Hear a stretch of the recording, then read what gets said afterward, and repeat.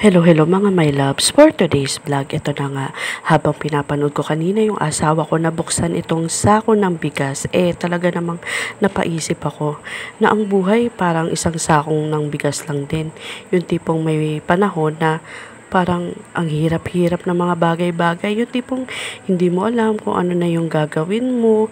Pero may time din naman na parang sako lang din ng bigas, na parang andali-dali lang solusyonan ng mga bagay-bagay sa isang kisap mata mo lang. Parang sako lang din ng bigas na andali lang buksan.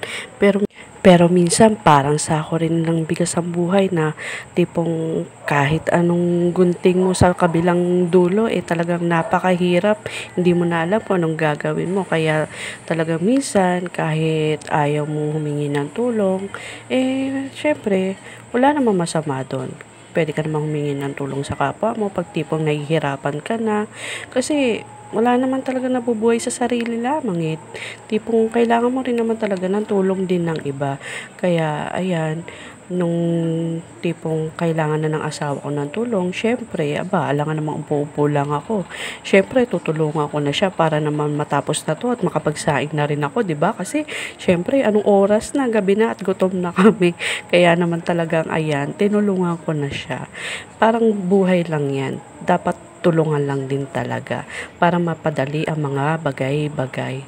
Tapos alam niyo yun, naisip ko na pag si God talaga nagbigay ng blessings, alam niyo yun, yung tipong parang lalagyan ng bigas lang din. Minsan masasairan ka, yung tipong akala mo walang-wala ka na, pero magugulat ka na lang. Bibigyan ka ni Lord ng biyaya, yung tipong talagang unexpected.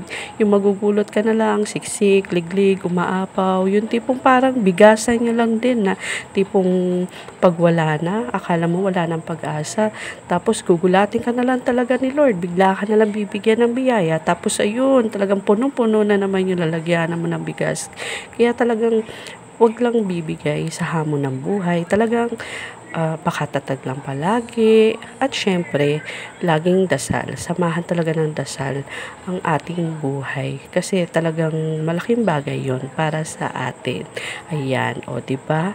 Nakahugot talaga ako ng kung ano-anong isipin dahil sa sako ng bigas na ito. At ayan, talagang maraming salamat Lord sa lahat po ng biyayang ipinagkakaloob niyo po sa amin sa araw-araw ng aming buhay. Salamat po at ingat kayo palagi mga my loves ko. Bye!